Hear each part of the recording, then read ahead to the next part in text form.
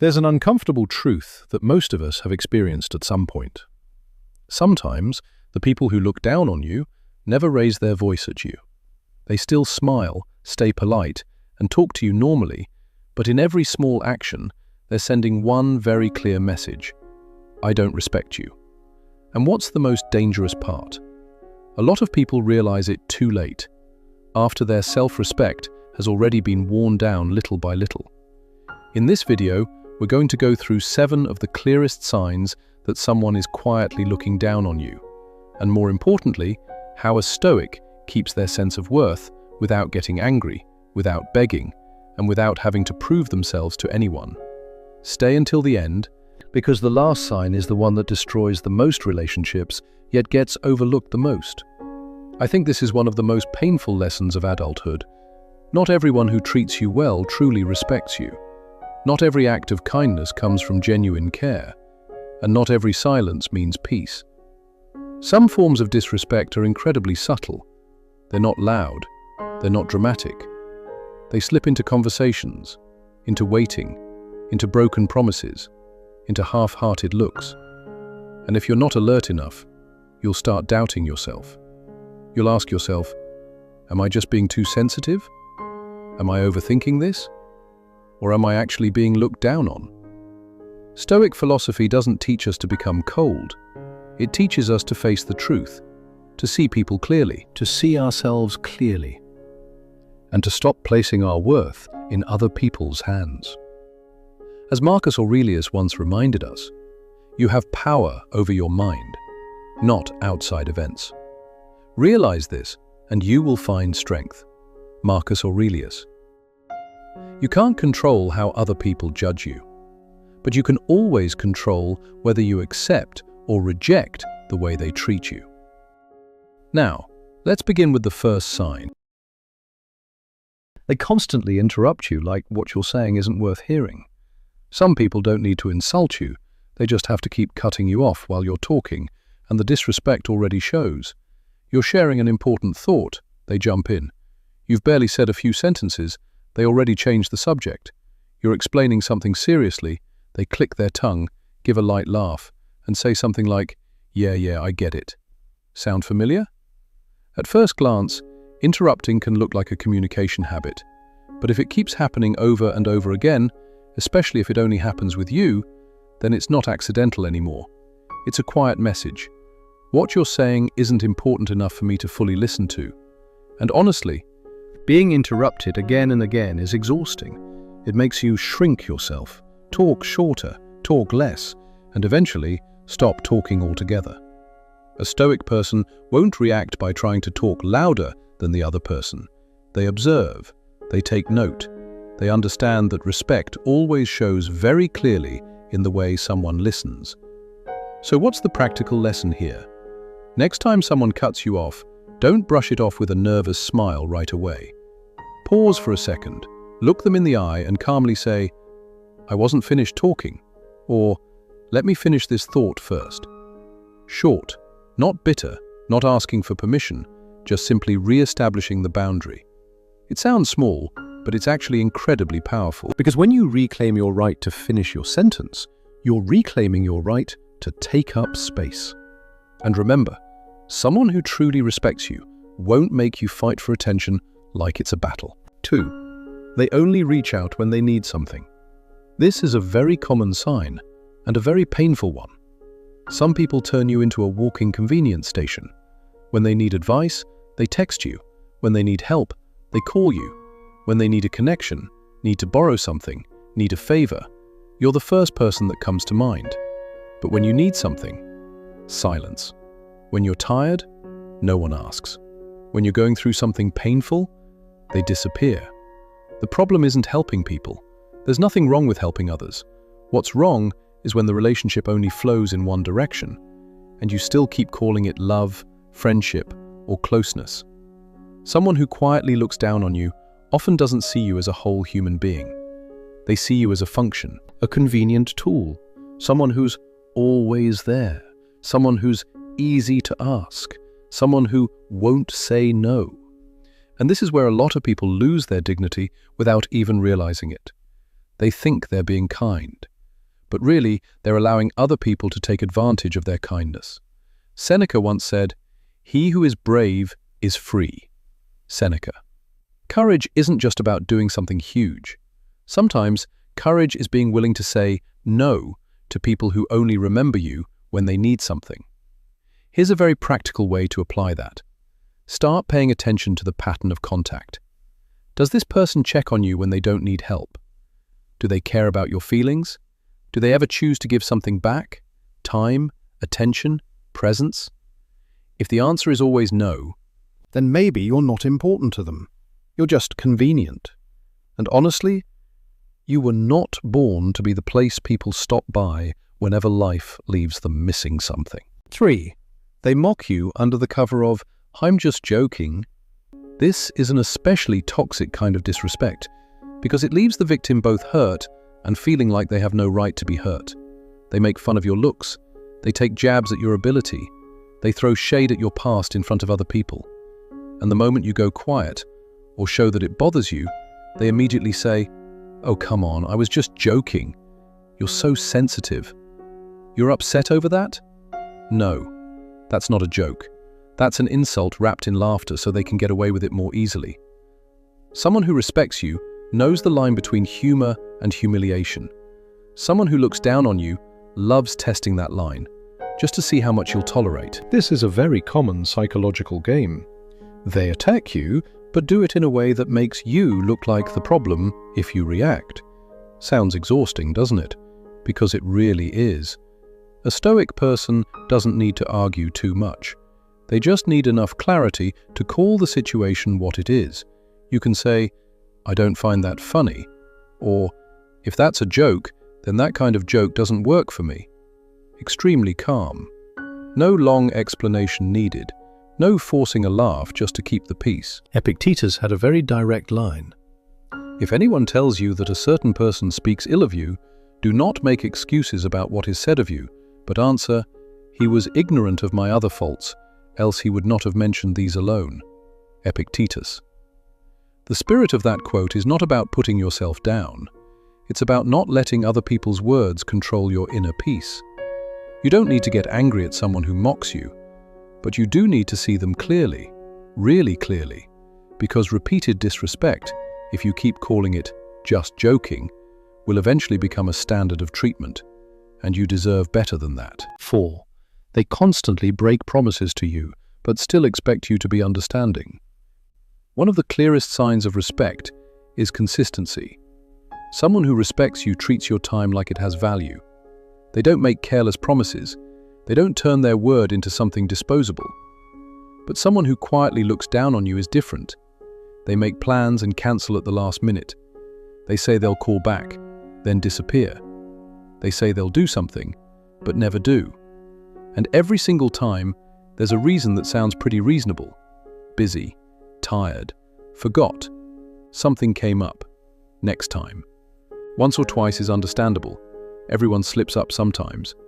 But if it becomes a habit, then it's not accidental anymore. It's their way of saying, "My commitment to you is not a priority." I think a lot of people stay in this kind of relationship only because they're too good at being understanding. They always make room for other people, but rarely ask, "Who's making room for me?" That's a very scary question, and a very necessary one. Marcus Aurelius wrote, "Waste no more time arguing what a good man should be. Be one." Marcus Aurelius. A truly decent person doesn't just talk well. They keep their word, they show up, they're reliable. So how do you apply this in modern life? Don't judge someone by the intensity of the emotions they show you. Look at how consistent they are. Someone who sends sweet texts but constantly flakes on you may not actually respect you. Someone who says, "I care about you," but is never there when it matters, may not truly value you. Stop holding on to words. Look at behavior. Always behavior. And when you realize someone keeps breaking promises, stop giving them the power to decide your mood. And we're only this far in, and it already feels uncomfortable, right? But the next sign is what makes a lot of people lose confidence without understanding why, because it happens very quietly. Neobakngwun, Tôi có thể dịch tiếp phần còn lại theo đúng cùng một giọng điệu và format này. 5. They make you feel like you constantly have to prove your worth. This is a very subtle sign and a very dangerous one. Around certain people, you always feel like you're not enough. You have to speak better, be more successful, make more money, be more interesting, more capable, sharper, just to earn their approval. Have you noticed? Some relationships let you be yourself, but some relationships turn your life into an endless interview. People who quietly look down on you often create that feeling. They rarely give enough acknowledgement. They always keep this cold little distance, as if you still have to try harder to be worthy of respect. And the worst part is that you start cooperating with that game. You try to impress, try to prove yourself, try to please, try to be chosen. But Stoic philosophy reminds us of one hard truth. No man is free who is not master of himself. Epictetus. When your self-respect depends on someone else's approval, you are no longer free. Someone who is emotionally mature understands this. Your value does not increase because someone acknowledges it, and it does not decrease because someone ignores it. So what's the practical lesson here? Pay attention to how you feel after spending time with someone. Do you feel lighter, natural, heard? Or do you feel tense, like you have to perform, like you have to do something to be seen? That feeling does not lie. Don't build your life around people who make you feel like you have to audition every day just to be treated with basic decency. Real respect does not require a performance. It lets you exist as you are. 6.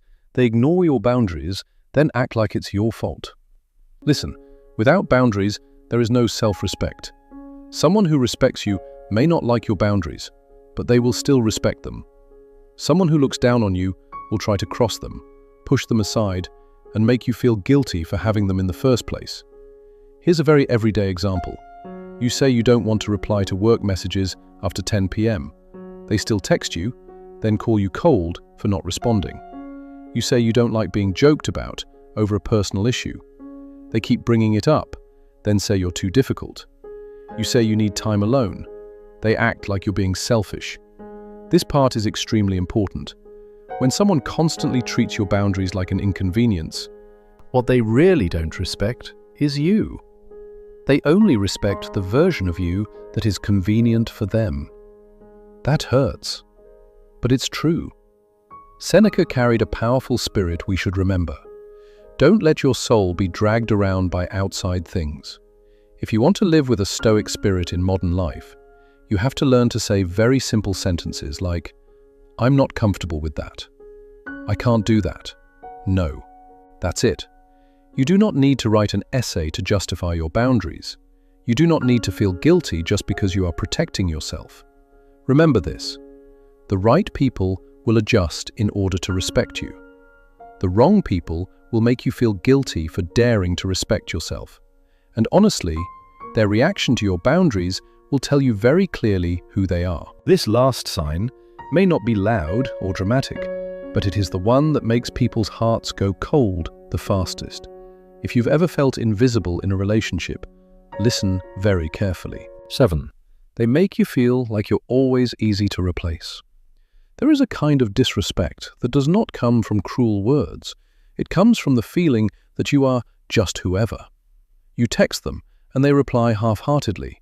You share something important, and they respond with almost nothing. Whether you're there or not, it seems to make no real difference to them. They do not necessarily abandon you completely, they just treat you like this. If you're here, great. If not, that's fine too. And if you've ever lived inside that feeling, you know how sad it is. It doesn't stab you all at once, it slowly wears you down, wears you down, wears you down.